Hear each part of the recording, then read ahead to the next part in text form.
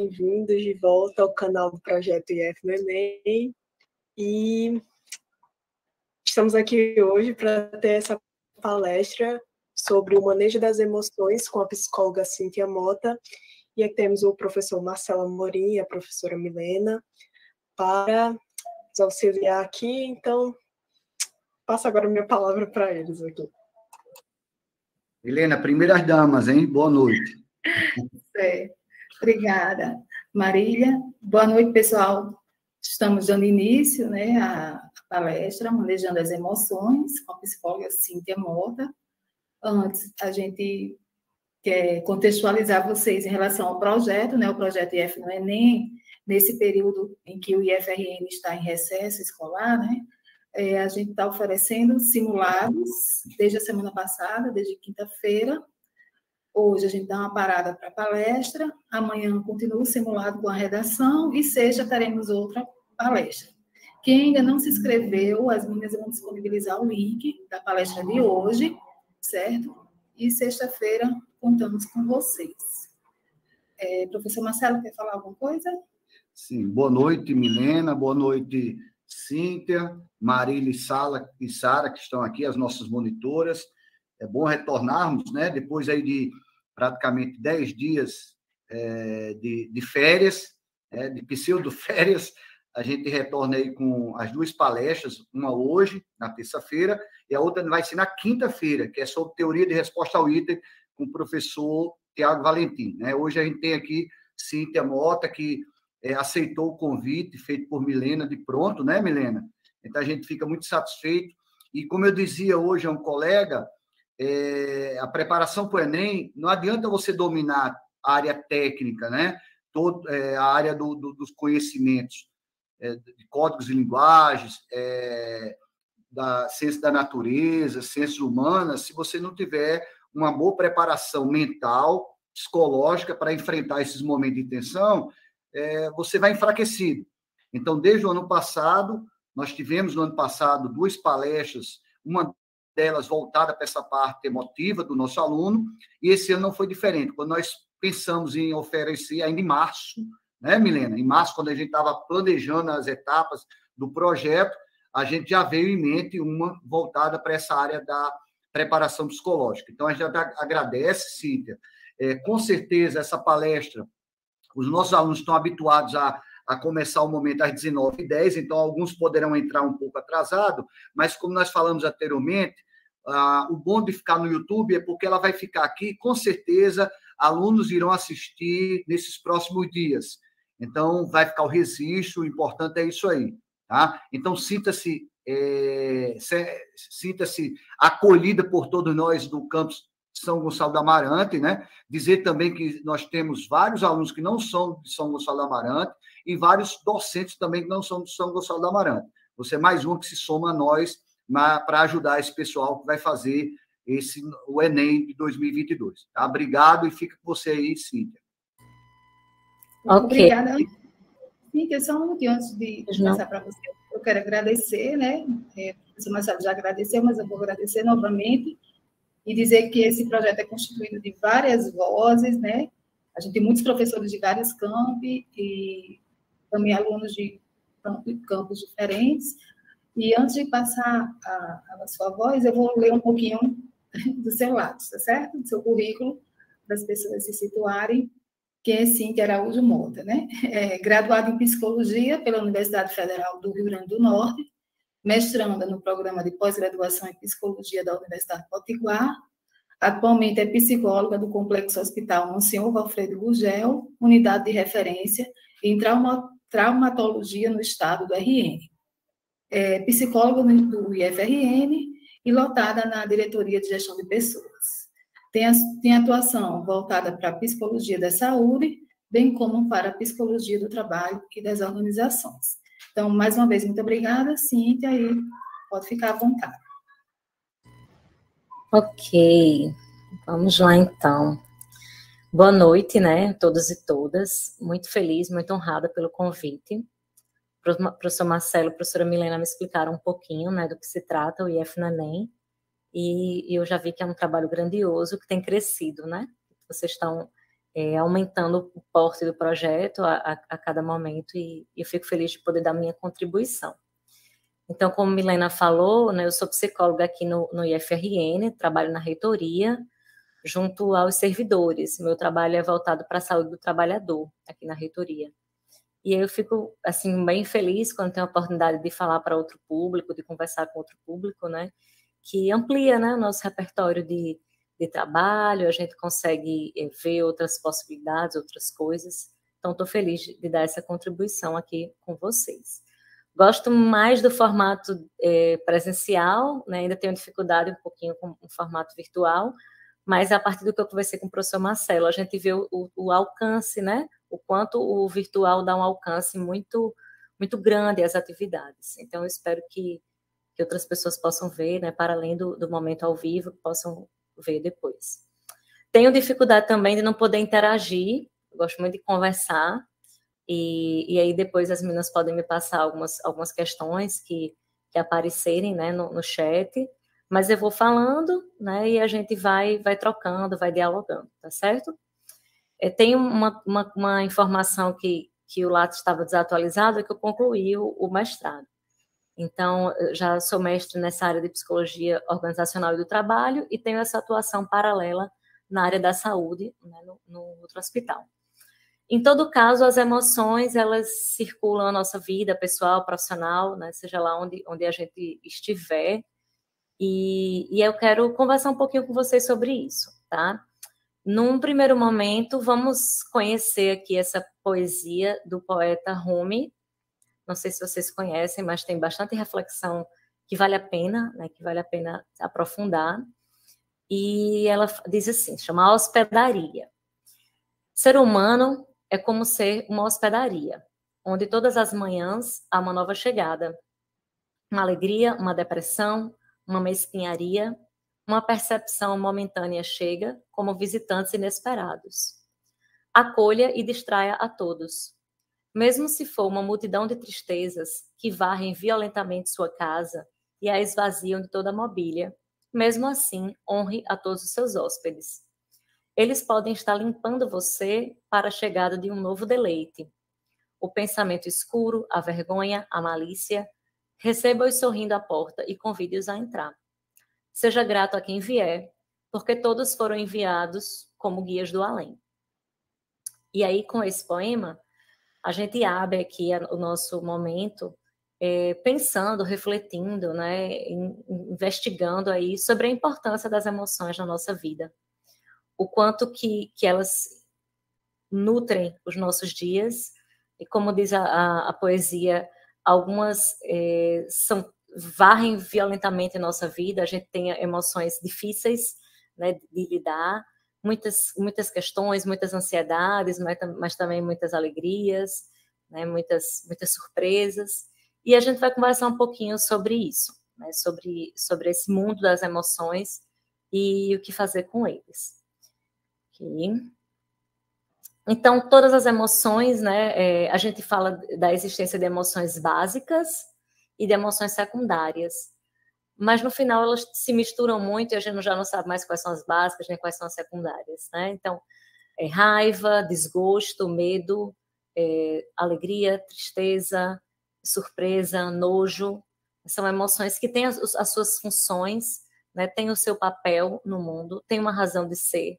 Desde os tempos das cavernas, né, essas emoções nos ajudam a sobreviver, a existir no mundo, e hoje, de uma forma diferente, continuam com essa sua funcionalidade. As emoções ajudam-nos a avaliar as alternativas, oferecendo motivação para mudar ou fazer algo e revelam nossas necessidades. De cara, não sei se vocês já lembram, mas assim, uma primeira lembrança que eu tenho mais recente é do filme Divertidamente, né? Acredito que a maioria deve ter visto, se não viu, né, fica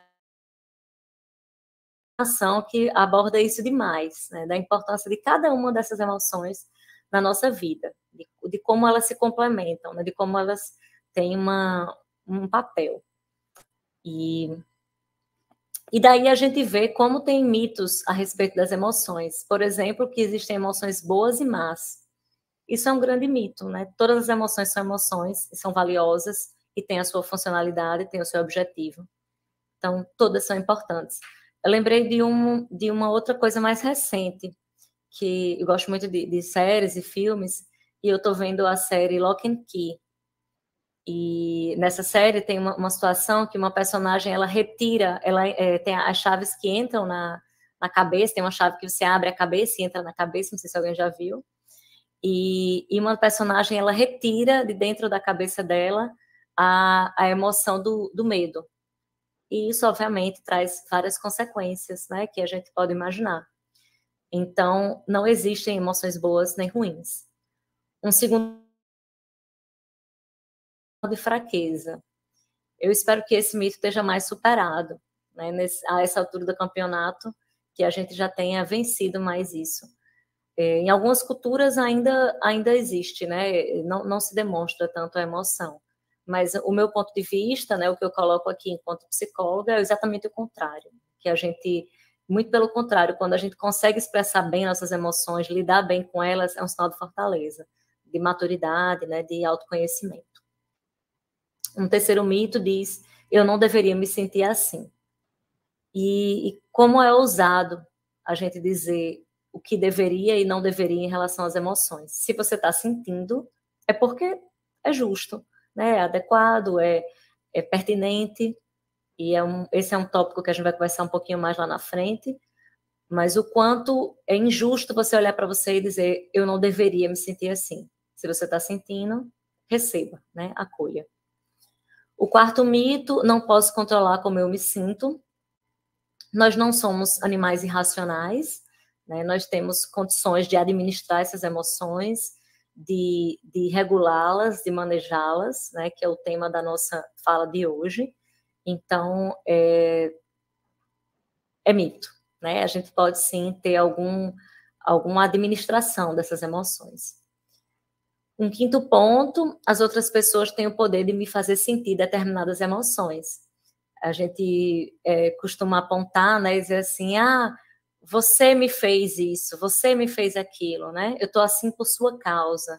E aí a gente se desresponsabiliza das próprias emoções e coloca essa responsabilidade em outra pessoa. Então, obviamente, o ambiente tem uma afetação fundamental na nossa vida, mas as outras pessoas não são tão poderosas assim, né? Ou pelo menos não podemos dar às outras pessoas esse poder. E um sexto mito aqui, não consigo lidar com emoções desconfortáveis.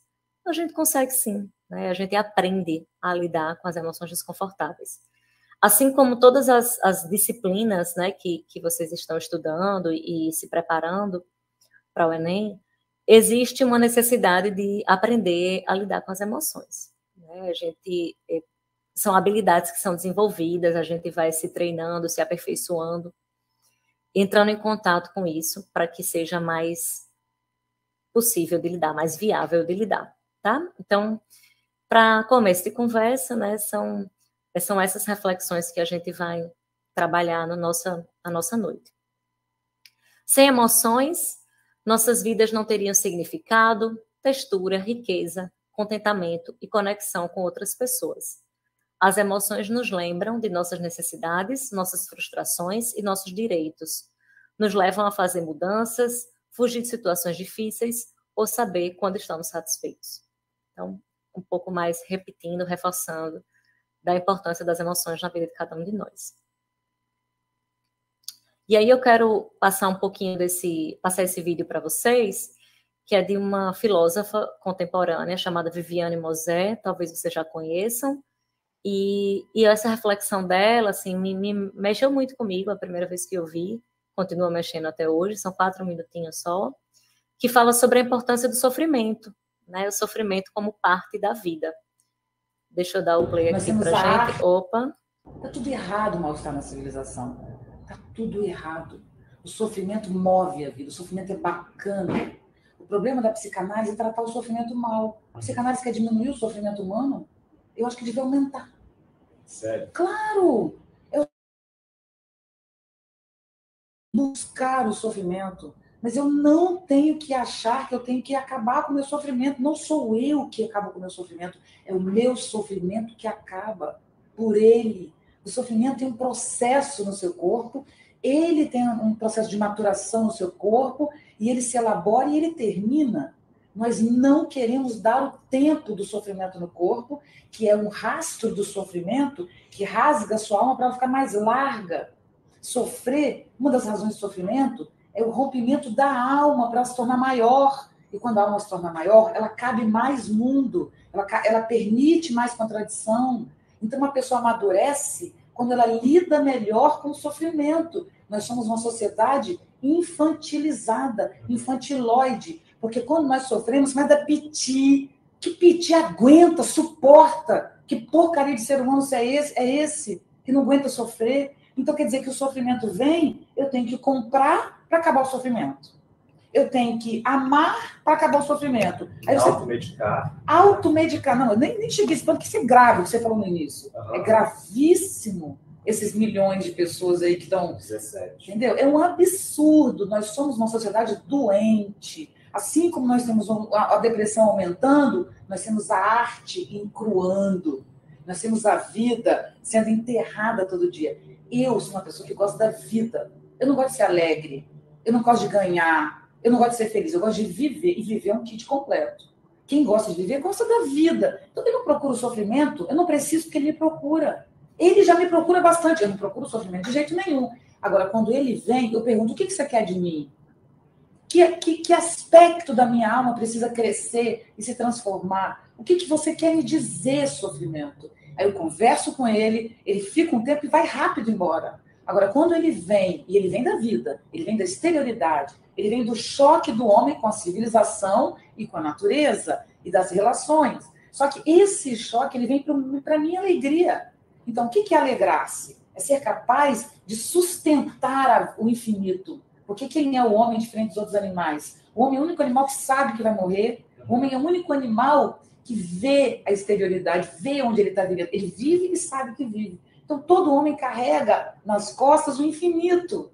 Aí eu pergunto, quem é o homem bacana? É o que suporta o infinito. Isso implica na capacidade de ser resistente, de suportar, de aguentar. Não, eu sou criada comprando, amando, que aí você mata o seu amor, né? Porque você quer amar para parar de sofrer. Sim. Aí você pega o amor, engole, mata, sufoca e não consegue ficar mais do que 1 ano ou 2 anos com alguém, porque você matou o seu amor de tanta ansiedade para salvar sua vida. Ou você se medica. Não só se automedica, não. Uma psiquiatria indiscriminada, pessoas que indicam medicação sem sequer ter noção do momento da vida que essa pessoa está passando. Essa pessoa fica, às vezes, deprimida por medicação, entendeu? Excesso de medicação. Então, há o uso indiscriminado de medicação, há o uso indiscriminado de drogas lícitas e ilícitas. Então, o que nós não temos na civilização? O valor da vida. E a vida implica em ganhar e perder. A vida está além do ganho e da perda. O que me faz bem não é ganhar ou perder. O que me faz bem é ser potente para viver. E isso é bacana. Eu agradeço a cada um dos meus sofrimentos. Eu não abriria mão de nenhum deles. Nenhum único. Ok. Espero que vocês tenham gostado. Opa, só um instante. Espero que vocês tenham gostado do vídeo como eu gosto, né? Mas a reflexão é que o sofrimento faz parte da vida, a tristeza também. E que ela tem um sentido. E que ela tem um lugar. Da mesma forma, a ansiedade de cada um de nós, né? De cada um de vocês que está vivendo o mundo do Enem, ela é supernatural e adequada, né? Não tem como você estar... para fazer uma prova tão importante, né? Que tem é um marco na vida de uma pessoa, né, de um adolescente, de um jovem, de um adulto, e ficar indiferente a isso. Né? Então, agora a gente tem que ter esse cuidado de quando as coisas, né, fogem do controle, de quando é uma ansiedade patológica, né, de quando é uma coisa que está te tirando realmente do seu lugar de ser saudável. Tá? Mas a reflexão que eu queria trazer é que o sofrimento move a vida, né, a ansiedade também, né, os medos, as alegrias, as tristezas, né, e parafraseando a Viviane Mosé, a vida é um pacote completo, né, a gente vai ter todas essas emoções, todos esses sentimentos nesse bolo, nesse monte aí, e vamos embora, né, vamos vendo como é que a gente lida com isso, ok? Vamos avançar. Opa, deixa eu entender aqui.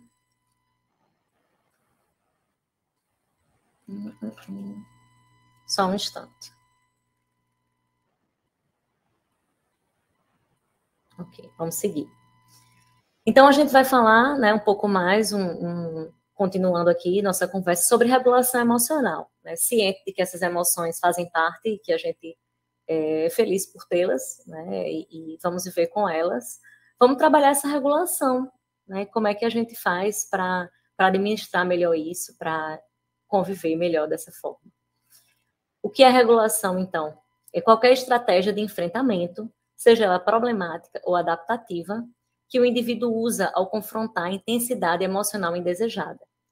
Como a gente falou antes, essa ansiedade ela é adequada, faz sentido, mas se ela estiver muito forte, né, muito além, ela precisa ser trabalhada. A gente precisa de estratégias para lidar com isso. É isso que a gente chama de regulação emocional.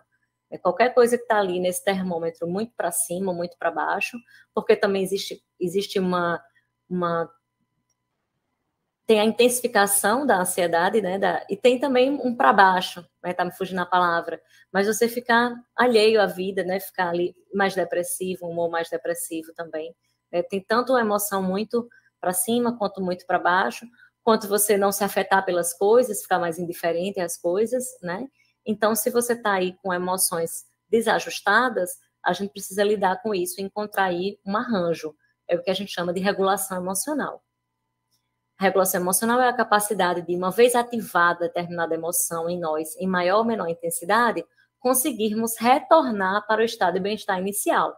A gente vai lá na frente, né, com raiva de uma determinada situação, né, muito chateado, muito revoltado, muito pé da vida, mas aí a gente precisa conseguir voltar, precisa fazer esse caminho de volta. Não dá para você ficar lá na raiva, não dá para ficar lá no medo, né, como também não dá para ficar lá na alegria, na euforia. Né? A gente tem que ir e voltar. Então, a regulação emocional é a base da saúde mental. Essa capacidade que a gente tem de ir e voltar, né? de retornar para esse estado de bem-estar inicial. Tem uma coisa meio sinônimo, né, que passa aí junto, que é o que chama de inteligência emocional. São conceitos de autores diferentes, né, mas no nosso dia a dia elas estão muito próximas. A inteligência emocional ela tem esses 4 aspectos: a percepção, o uso, a compreensão e o manejo. Então, quem tem inteligência emocional é quem consegue perceber e classificar as emoções, ter a habilidade de usar as emoções para tomar decisões, compreender a natureza das emoções, descartando interpretações negativas acerca delas, e manejar e controlar as emoções. Então, esse pacote é o que a gente chama de inteligência emocional. A gente está falando mais do manejo, né, mas vai e volta e fala aí de um pouquinho de cada um desses 4 aspectos. E aí, como eu falei lá um pouquinho antes, né, vou voltar aqui para o que eu queria dizer. Existem aí 2 caminhos, né, quando você está lidando com a emoção indesejada, você pode usar uma estratégia problemática ou uma estratégia adaptativa. A gente vai falar sobre essas duas coisas, né? O que seria, né, uma estratégia adaptativa, então? Vamos falar primeiro sobre elas. São formas que dão certo e que você se mantém mais saudável, você aumenta a sua saúde, aumenta a sua forma positiva de se relacionar com as pessoas, com o mundo, com você mesma. Então, temos aqui algumas sugestões, né, algumas estratégias adaptativas que vocês conhecem, sem dúvida, e no final eu vou destacar 2, no final da nossa fala. Então, o exercício de respiração e de relaxamento, né, essa é uma grande estratégia, que eu vou trazer no final 2 sugestões de exercício de respiração. A distração temporária durante as crises, quando você está dentro de uma crise, né, é importante que você tente aí alguma atividade em paralelo para substituir, né, esses pensamentos negativos, disfuncionais, como a gente chama na psicologia, né, você tentar utilizar aí sua atenção e distrair em outra coisa. O exercício físico, que é um fortíssimo aliado da saúde mental, né? A psicologia, a educação física e a nutrição, elas são muito parceiras, né? Não tem como falar de um e não falar do outro. Então, quando eu falo de exercício físico, é um exercício físico regular, e quando eu falo regular, não precisa ser todo dia, mas 3 vezes por semana. E isso a gente já sabe, mas às vezes a gente esquece, né? A gente finge que não lembra. Mas é fundamental o exercício físico. Eu espero que vocês estejam conseguindo conciliar aí na rotina de estudos, a rotina de atividade física também. Conectar emoções a valores maiores, né? Se você está tendo uma emoção negativa em um determinado momento, você entender quais são os valores que dizem respeito a essa emoção, né? O que é que te conecta com essa emoção? O que é que isso diz respeito em relação a essa emoção, de um modo mais amplo? Substituir uma emoção por outra mais agradável. Atenção plena, que é o que a gente vai falar mais no finalzinho também, né? Que hoje em dia chama de mindfulness.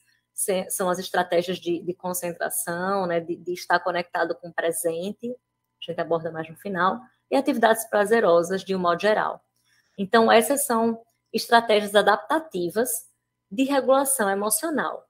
São coisas que a gente pode fazer para lidar com essas emoções e voltar ali para o estágio inicial, para o estágio de bem-estar basal do ser humano. Mas existem as não adaptativas, que a gente conhece também. Então, muitas vezes a gente está vivendo uma ansiedade muito grande, ou uma tristeza muito grande, e a gente busca outras estratégias que são problemáticas. Uma delas, a intoxicação alcoólica, né? O excesso de álcool, num primeiro momento, ele vai trazer uma sensação de relaxamento, né? Ou de álcool e outras drogas, né? De prazer, de alívio, mas a gente sabe o que acontece depois. Né? Normalmente, depois, a ansiedade volta dobrado, a tristeza volta dobrado. Né? Então, essa é uma estratégia possível, mas problemática. Muitas pessoas se utilizam dela, muitas vezes funciona, mas num curtíssimo espaço de tempo. E por isso que ela não é uma boa estratégia. Automutilação, possivelmente vocês já viram ou já conhecem alguém que faz cortes, né, no braço, na perna, e faz ali, se machuca, porque naquele momento há um alívio da ansiedade. É claro que tem um sentido nisso. Quem é que vai se machucar de graça? Né? Tem um sentido nisso, muito profundo, muito complexo, que não é o foco desse nosso encontro de hoje, mas a automutilação é uma estratégia de regulação emocional não adaptativa. No primeiro momento, você sente um certo alívio, mas as consequências posteriores, para além das marcas no corpo, né? Não sei se vocês já viram, mas eu já vi pessoas com várias marcas. Então, para além das cicatrizes físicas, isso gera cicatrizes emocionais. E aí, essas marcas podem gerar aí um transtorno mental mais grave, né? Pode gerar um adoecimento mais grave. E tem essas outras duas estratégias, que é a ruminação e a esquiva. A ruminação é você ficar ali dentro daquele pensamento, eu não deveria ter feito isso, como é que eu pude fazer isso? Meu Deus, ou então, né, se é sobre outra pessoa, como é que ele fez isso comigo? Eu tenho muita raiva. E aí você fica ali girando, ruminando, né, mastigando esse pensamento, essa emoção, e não sai disso. Você fica preso nesse círculo, né? Que absurdo, como é que fizeram isso comigo? Ou como é que eu fiz isso comigo mesmo? Eu sou muito burro, eu sou muito isso, eu sou muito aquilo, e você não sai disso. É extremamente problemático. A esquiva é você simplesmente evitar. É um caminho que acontece demais, né? A gente evita lidar com as emoções, evita lidar com as situações, com as pessoas que são pessoas difíceis, conversas difíceis, situações difíceis. A gente simplesmente evita, né? Se esquiva. Em um primeiro momento parece inteligente, né? Como aliviar a ansiedade com a bebida alcoólica, né? Parece ok, mas isso vai trazer problemas, porque essa pessoa, essa coisa, essa situação, ela está dentro da vida, a gente vai ter que lidar com ela em algum momento. Então, você pode até se esquivar aí por uma semana, mas não dá para se esquivar por muito tempo.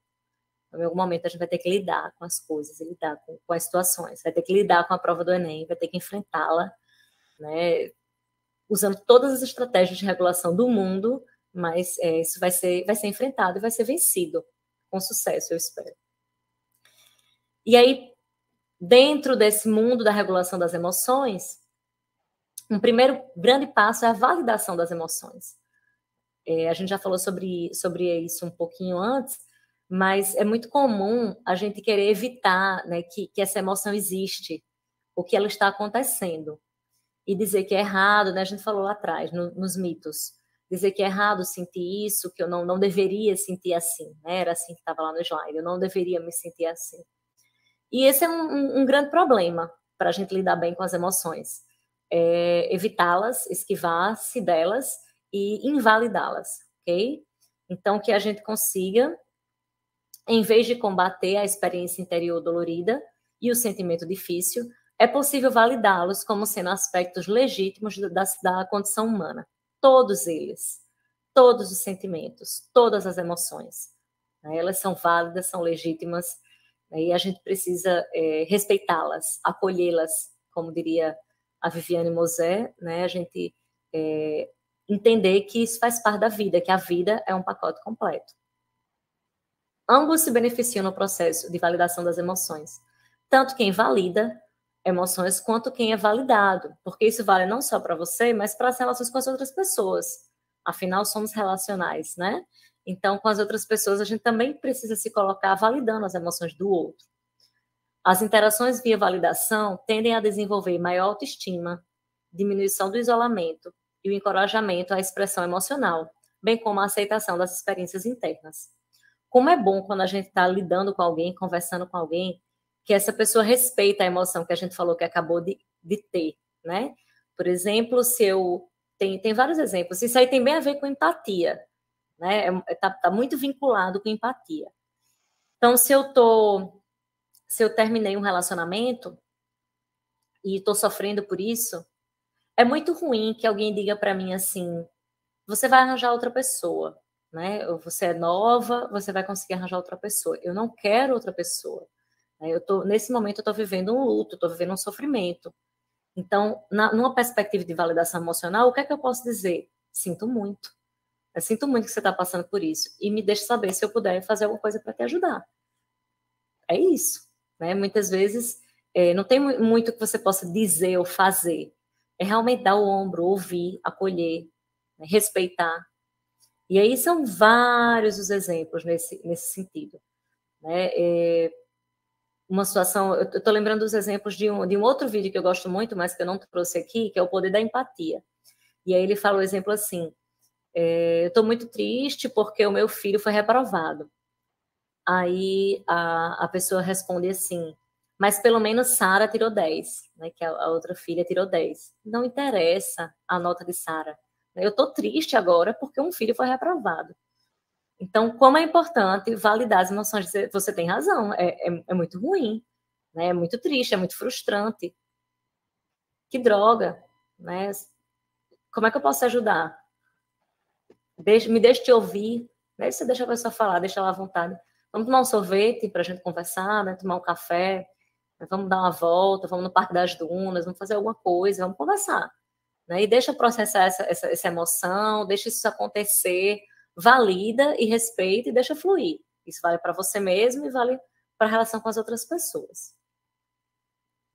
Então, a validação emocional melhora as relações interpessoais, aproxima as pessoas e facilita a construção de confiança. É muito, muito, muito legal quando a gente começa a se relacionar com pessoas que pensam mais nesse sentido. Você se sente mais confortável, se sente mais confiante, né? Mais acolhido mesmo. Acho que a palavra acolhimento casa muito, encaixa muito.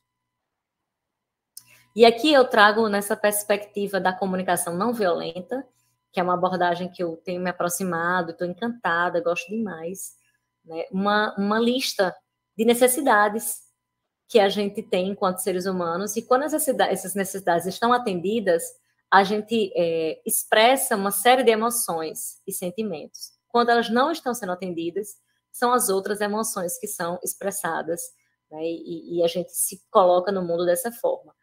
Então, quando eu falo necessidades, é necessidade de segurança, de afeto, de respeito, de acolhimento. Quando essas necessidades estão sendo atendidas, a gente se sente calmo, relaxado, conectado, descansado, renovado, contente, feliz, alegre, animado, etc. Por outro lado, né, quando as minhas necessidades enquanto pessoa, né, enquanto ser humano, de segurança, de afeto, de empatia, de acolhimento, de respeito, de compreensão, quando essas necessidades não estão sendo atendidas, a gente fica com raiva, aborrecido, exausto, deprimido, triste, sozinho. E por que eu trouxe isso aqui? Porque nós temos um vocabulário muito pobre em relação aos nossos sentimentos e às nossas necessidades, inclusive. né? A gente tem dificuldade de se expressar enquanto ser humano, porque a gente só conhece, tipo assim, eu tô feliz, tô chateado, tô com raiva, mas tem muitos outros sentimentos e emoções que são expressadas.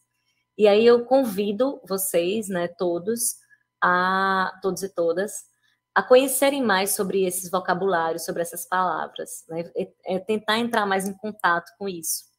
A comunicação não violenta é uma grande área que está em crescimento, né, desse psicólogo Marshall Rosenberg, faleceu recentemente, né? Infelizmente não tive a oportunidade de conhecê-lo pessoalmente, mas ele tem um legado aí de livros, vídeos, né? Muito material nessa área de emoções, de sentimentos, necessidades, né? E a partir do momento que a gente se conecta melhor com os nossos próprios sentimentos, a gente consegue se comunicar melhor, se relacionar melhor com as outras pessoas. Então, isso aqui, esse slide é um parêntese, né? Que é de um conteúdo muito valioso para mim, que é o conteúdo de comunicação não violenta, que tem total relação com o manejo de emoções, ok? Então, pensamentos e emoções são produtos da história de aprendizagem de cada um e reflexos das condições atuais de vida. Se seus conteúdos psicológicos são produtos de sua história e de seu contexto de vida, não precisam ser modificados. Cada pensamento, cada emoção, cada sentimento tem a ver com a sua história de vida. Se eu lido mal com o término de um relacionamento, isso tem a ver com a minha história de vida, né? com a minha relação, com os meus sentimentos. Então, se você, né, por outro lado, termina um relacionamento e vida que segue, tudo bem, né? Tá tudo ok. Mas eu, na minha história de vida, na minha forma de viver, tenho dificuldade com isso. Isso tem que ser respeitado. Né? Se para mim uma palavra que você falou, né, tocou em mim, me machucou, isso tem a ver com a minha história, com a minha vivência, provavelmente com a minha infância, né? A gente sabe que a maior parte das nossas dificuldades tem a ver lá atrás com a nossa infância, com a nossa criação. Então, isso precisa ser respeitado, né? Que esses sentimentos e emoções sejam respeitados como parte da história de cada um de nós. E aí, já que a gente está falando sobre sentimentos, né, a gente costuma viver hoje sem perceber muito disso, sem sentir muito disso, porque a gente vive no famoso piloto automático. O piloto automático descreve um estado da mente no qual a pessoa age sem uma intenção consciente ou sem a consciência da percepção sensorial do momento presente. A gente está tão no automático com as coisas da vida que a gente não consegue se conectar com nada disso. Com emoções, com sentimentos, com certeza, com nada. Né? Porque é tudo muito rápido, é tudo muito agoniado, muito acelerado. Então, nesse momento, eu trago essa reflexão. Para que a gente tente, né, faça o exercício de sair do piloto automático e acordar, né, e ver as coisas, se conectar com as coisas, com as pessoas, né, tentar sair um pouquinho disso. Acho que todo mundo já viveu situações de chegar no destino e não saber nem como... Nossa, eu já cheguei, né, já estou aqui, onde é que eu estava com a cabeça? Né? E isso traz muitos problemas também. Teve um caso aqui em Natal recentemente muito triste, né? Meu profundo sentimento, uma situação de uma criança que faleceu dentro de um carro, vocês devem ter visto. Não é raro, né? Com alguma frequência a gente vê isso acontecer, né? De pessoas que esquecem as crianças ou tantas outras coisas que a gente esquece, né? Mas as crianças aí, para ficar bem grave a situação, porque estavam no piloto automático, com certeza. Né? Você está ali no dia a dia, nos seus afazeres, sem conexão com o presente, sem conexão com seus sentimentos e emoções. E aí a gente acaba criando uma série de problemas, de situações, né? E uma tão grave como essa. Mas tem outras menos graves, né, problemáticas, mas muito menos graves, como, por exemplo, acho que vocês já ouviram alguma história assim, de alguém que foi trabalhar de ônibus.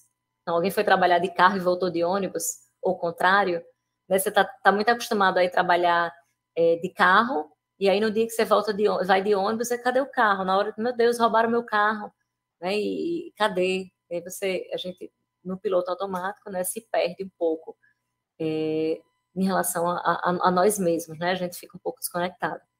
Então, manejar as emoções tem profunda relação com sair do piloto automático e acordar, né? E conectar. É fundamental, né? faz parte. Então, assim, rumando um pouco aqui para o nosso encerramento, não sei, acho que quanto tempo eu tenho, mas acho que já estou avançando. Rumando para o nosso encerramento, eu falo aqui de uma necessidade de autoconexão, autoconhecimento e autorregulação. A gente tem que parar e olhar para dentro. Parar e olhar para nós mesmos. Ah, não dá tempo, sim, é tudo muito corrido. É exatamente sobre isso. Exatamente sobre pausar, né, ter tempo para cuidar das emoções, tempo para olhar para você mesmo, para tentar entender que sentimentos são esses, que emoções são essas, tá?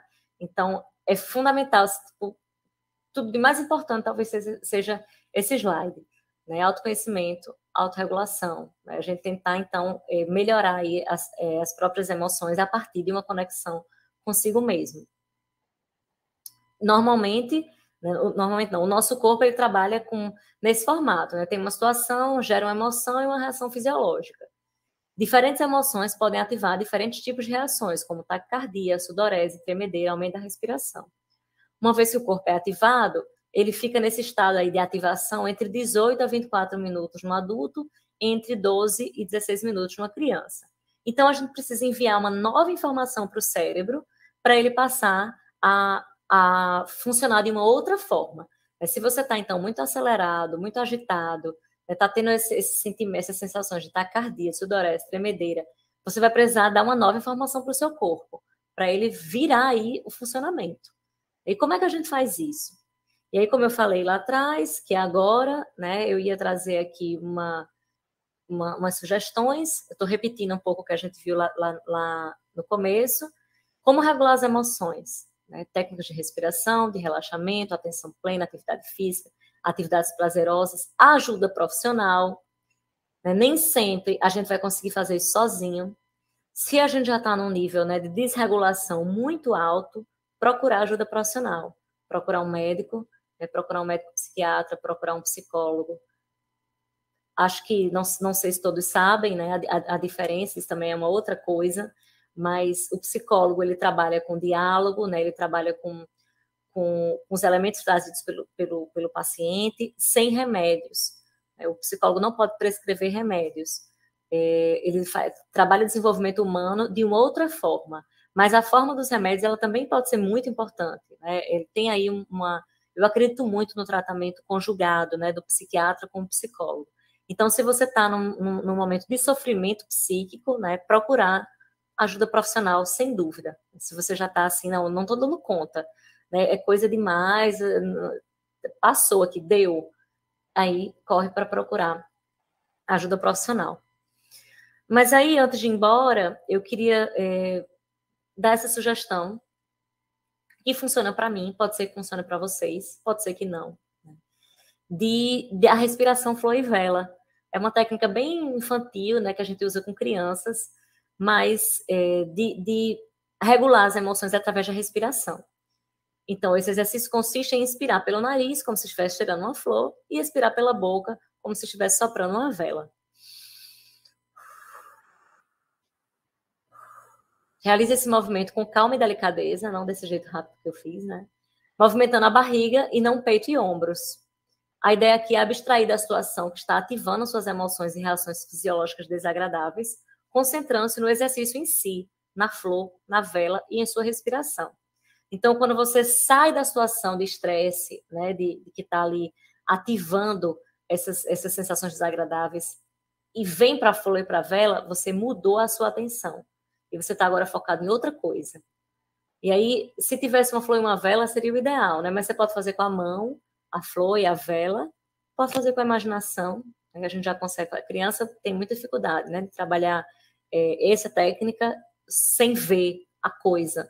Mas a gente pode fazer assim com a flor e assim com a vela. Tá? Funcionou para mim, pode ser que funcione para vocês. E é a mesma coisa, mas de outra forma, a respiração em quadrado. Então, a respiração em quadrado consiste em imaginar um quadrado enquanto se respira. Você pode também utilizar o dedo e fazer o quadrado. Você começa pela base esquerda, aí traça a linha para cima e inspira. Aí pausa. Aí solta o ar e faz outra pausa. E aí você vai fazendo isso até se sentir melhor. Quantas vezes? Não sei. 20, 30, depende. Depende de quanto você está ansioso, depende do que é que aconteceu, né? Enfim, depende da sua condição de se conectar com você mesmo, mas posso garantir que ajuda, né? Possivelmente você já tem outras técnicas de respiração. Hoje em dia a gente tem aplicativos, né, que ajudam em relação a isso. Então, eu poderia ter colocado aqui, esqueci. Eu não vou lembrar agora o nome não, mas tem aplicativos para respiração, tem 1 milhão, né, e funciona. Então, queria deixar essa sugestão de manejo de emoções através da respiração. E a outra fundamental estratégia, né, que está bem em alta, assim, eu não domino, então não tenho muita propriedade para falar sobre isso, mas é o que chama de mindfulness, que é a atenção plena, a forma que traduziram para o português foi atenção plena. É um conjunto de técnicas práticas possíveis e cientificamente comprovadas que te ajudam a focar no momento presente, sem deixar o passado ou o futuro te afetarem, tornando sua mente mais desperta e saudável, sendo sua aliada. O objetivo do mindfulness é sair desse estado de falta de consciência e viver uma vida consciente do momento presente, dos seus sentimentos e sensações. Então, não é qualquer coisa, né? Não é apenas uma técnica de respiração, como eu falei aqui antes, né? Vai muito além, né? Tem uma série de estratégias, de técnicas de conectar com o presente. E aí são vários exercícios, né? Teve um exercício que eu fiz que foi fantástico, né?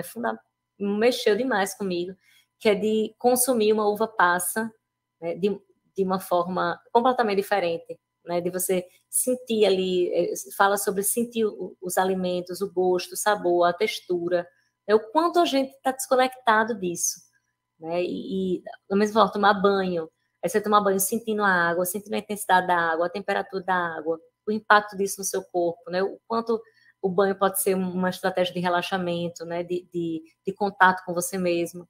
Então, para quem tem interesse, né, e quiser procurar, tem uma série de cursos, de aplicativos, mas também de cursos. Aqui em Natal tem uma... Eu tenho, não vou falar o nome porque vai ficar no YouTube, tá privilegiando uma pessoa e não tá privilegiando outra, né?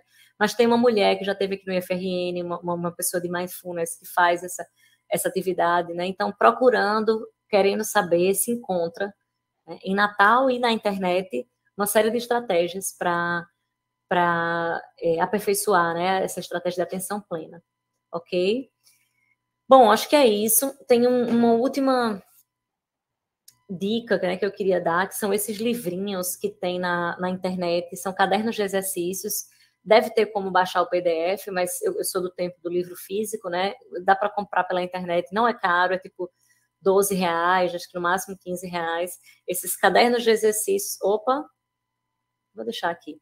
Cadernos de exercícios de inteligência emocional, tá? Então, para quem tem interesse nessa área, eu recomendo utilizar essas estratégias que você vai todo dia fazendo, todo dia tentando. Indo aqui para o nosso encerramento, a nossa vida é uma montanha-russa de emoções, né? Isso para todo mundo, é para quem está fazendo Enem, mas também para quem não está fazendo Enem, né? Para os professores, para os alunos, para nossos pais, mães, avós, todo mundo está lidando com o seu mundo, com a sua montanha-russa de emoções. E aí a gente precisa reconhecer, acolher, compreender, aprender a lidar e ressignificar. Não tem outro caminho. A gente vai ter que lidar com as emoções, né? Não dá para... E tem, né, aquelas estratégias problemáticas. Você pode se acabar de cachaça, né? Mas a que preço, a que custo, com que objetivo? Né? A nossa proposta aqui é lidar com tudo isso de uma forma mais saudável. As emoções nos acompanham, são parte de nós, da nossa história, da nossa identidade. O reconhecimento e a aceitação das próprias emoções possibilitará mais consciência sobre si e maior sustentação na condição da vida. Ok? Então, esse é a minha mensagem, né, o meu recado de hoje. Espero que tenha sido útil e positivo. E vou ficar aqui para ouvi-los, né, e para ouvir as contribuições do chat, se eu puder dar alguma resposta, alguma coisa. Ok? Vou dar uma pausa aqui. Oi, Marcelo. Obrigado, Cíntia. Eu tive aqui a atenção completa aqui da sua palestra, porque eu estava me vendo ali em momentos, né, da época do vestibular da UFRN. Hoje a gente transpõe isso para o Enem. Eu não sei se Marília e Sara têm algum questionamento de algum aluno, mas antes eu queria fazer aqui alguns comentários. Como eu dizia antes de todos entrarem na sala, que eu estava conversando com Cíntia, né? Quando o projeto IF no Enem, ele pensa as suas atividades, a gente sempre pensa nessa questão de preparar o nosso aluno também na questão psicológica, né? Como nós dizíamos antes, não adianta você estar bem na matemática, no português, na língua portuguesa, na física, na química, né, e outras disciplinas, se você psicologicamente não está, né? E aí Cíntia deixou aqui um recado simples, mas direto. O Enem é apenas parte, né, da nossa vida, ele não pode ser considerado como fim. E essas emoções, elas vão surgir. E cabe a cada um de nós sabermos encontrar o meio termo para lidar com isso, né?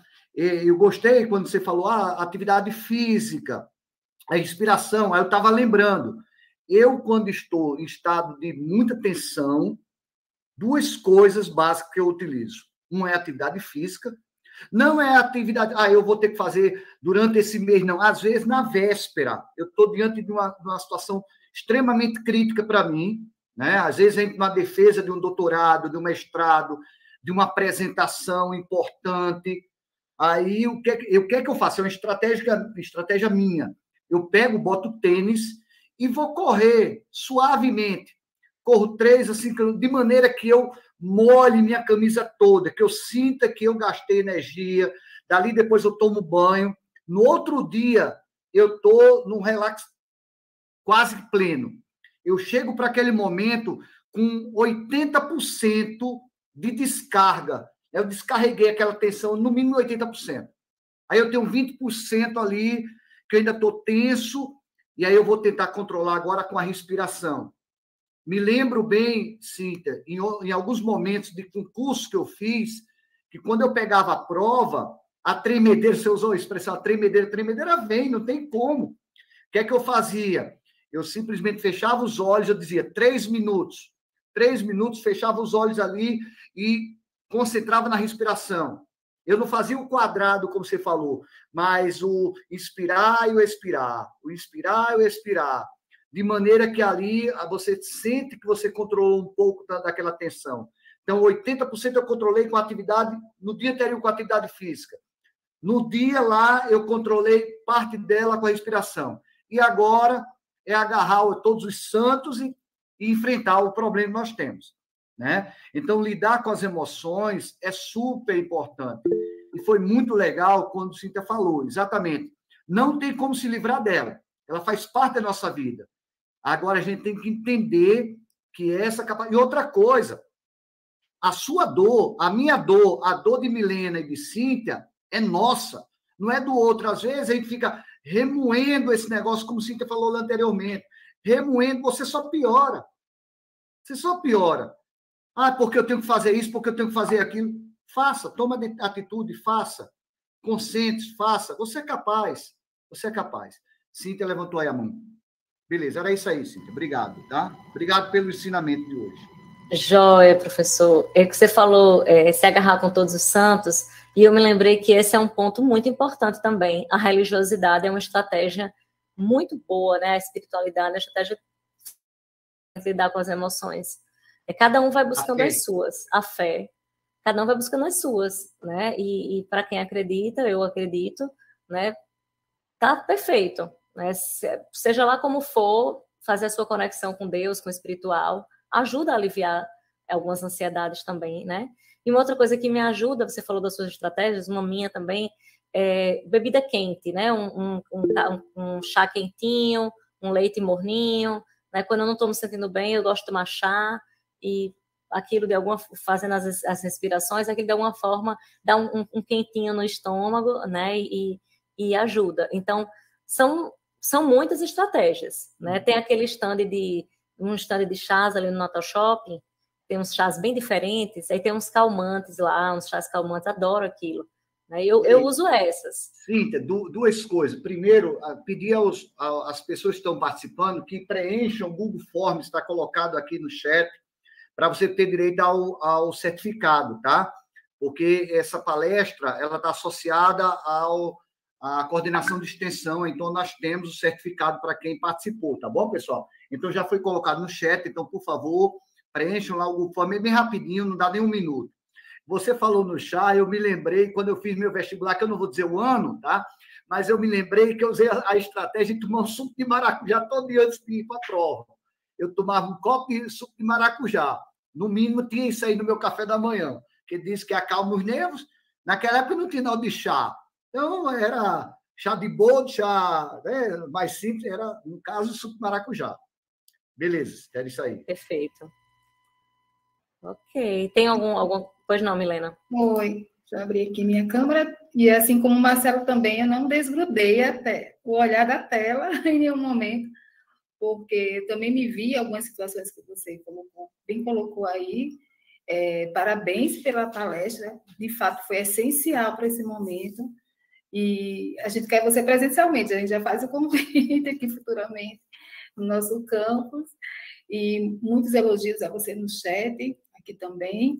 E esses alunos que vão fazer o Enem, o que eu percebo também, e isso impacta também para os alunos, né, os meus alunos, que eu percebo, que eles estudam muito e a sensação que eles têm é que eles não sabem nada, né?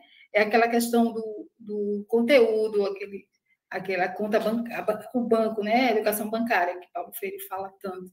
Que é muito conteúdo e a sensação de que não sabe de nada, né? E uma pessoa colocou aqui no chat que ela estuda muito e a sensação de que ela esquece tudo. Então, na hora da prova, né, ter essa sensação de que está ali diante da prova, é uma prova que, de uma certa forma, tem essa pressão, né, da sociedade, dos pais, dele mesmo, com ele mesmo, nessa questão do autoconhecimento, mas também ele entender que ele não vai dar conta de tudo, porque é muito conteúdo, né? Ele deu o máximo ali, naquele momento, que ele também tem limites, né, de vida pessoal, de questões psicológicas, né? E aí, durante a prova, além dessas questões da respiração, né? Então, para a prova, não é perca de tempo parar uma prova para respirar, se levantar, né, ir ao banheiro, dar uma lavada no rosto, né, beber água, levar uma glicose ali do lado, e refletir, pensar com mais calma na prova, fazer as questões que já sabe, depois voltar para aquelas que estão na dúvida. E isso é importante, esse movimento, e também essa cobrança existe, né, que gera até um pouco de ansiedade, e a ansiedade é algo que a gente vai ter que viver, não existe zero ansiedade para ninguém, né? É saber conviver com esse processo que diz respeito à questão do autoconhecimento, saber o seu limite também, para você não adoecer, porque essa é uma prova, ano que vem tem de novo, não entrou no curso que quis, eu sei que é o sonho de muita gente, né? Mas que tem todo esse processo de autoconhecimento e ter calma e saber de suas limitações também. Milena, aproveitar aqui, você falou, né? Às vezes o aluno se frustra porque ele acha que deveria saber tudo e, na verdade, quando ele chega lá, ele se depara com a realidade que ele não sabe de tudo, na verdade. E aí, eu queria fazer um convite para os alunos que estão nos ouvindo agora e nos vendo, que depois da manhã nós temos uma palestra que completa um pouco do que Milena falou agora, que é a palestra com o Tiago Valentim, que ele vai falar sobre a teoria de resposta ao item. Então, às vezes, o aluno ele fica com esse nervosismo todo porque ele acha que precisa saber tudo e precisa fechar a prova, precisa saber fazer todas as questões e tal. E aí nós temos a teoria de resposta ao item, a famosa TRI, que fundamenta exatamente como é que é avaliado, como é que vem a nota do aluno. E aí a gente convida todos os alunos a participarem. E aí Tiago Valentim, ele mandou a apresentação para eu dar uma olhada hoje, eu dei uma olhada, ele vai tocar nesse assunto. Você não precisa, inclusive, ele vai dar orientação, né? Ele vai dar uma orientação, olha, chegou, se deparou com uma questão difícil, pula ela, vai embora. Pula ela, ele vai explicar o porquê, da onde vem a nota. Então, a teoria de resposta ao item, que é a nossa próxima palestra, ela fala um pouco disso aí, Milena, e ajuda o nosso aluno a perceber que eu não preciso saber tudo. Eu preciso estar bem psicologicamente, eu preciso saber que eu tenho um conhecimento prévio e que eu vou me deparar com a prova. E eu vou fazê-la. Tá? Tá bom, pessoal? Então, seria isso. Mais alguma coisa, Cíntia? Não, só agradecer. É isso mesmo. É um desafio para todo mundo, né? Acho que vocês falaram muito bem também. Eu também revisitei aqui o meu tempo de pré-vestibulanda, né? E foi difícil, né? Eu não passei no meu primeiro vestibular. O meu primeiro vestibular eu fiz para Direito, o segundo que eu fiz para Psicologia, e foi tudo como tinha que ser, né? Assim, é uma época muito, muito difícil mesmo, mas a gente passa. Depois chegam outras épocas difíceis e a gente passa e vamos embora, né? Vamos viver. Obrigada, tá? Obrigado. Aceito o convite de ir para o campus presencial, como eu gosto mais de coisa presencial. Certeza, você está no nosso rol aí, né, Milena? Obrigada, gente. Marília, Sara, mais alguma coisa? A gente tem algumas contribuições aqui no chat do pessoal que estava falando. A Rosemary Maria, ela estava falando que sofre de ansiedade e muitas das vezes ela estuda, aprende, mas na hora da prova ela esquece quase 80% do que estudou e isso deixa ela mais ansiosa, ela fica super nervosa. Vai aumentando a autoconfiança, autoconhecimento, né? A Milena falou muito bem, a gente não sabe de tudo, a gente não vai conseguir saber de tudo, mas vocês estão fazendo a parte de vocês, né? Estão estudando, estão batalhando, é isso. Vai usando as estratégias de cada um. Se for uma ansiedade muito grande, muito fora de controle, procura um psicólogo, né? Pede ajuda aos profissionais. No IFRN, né, Cíntia, nós temos serviço de psicologia em todos os campos, praticamente. Sim. Nós temos alunos aqui de Caicó, nós temos alunos aqui de São Gonçalo da Maré, nós temos psicólogo que pode ajudar, né? Pode ajudar ele a enfrentar esse momento. Perfeito. Mais alguma coisa, Marília, Sara?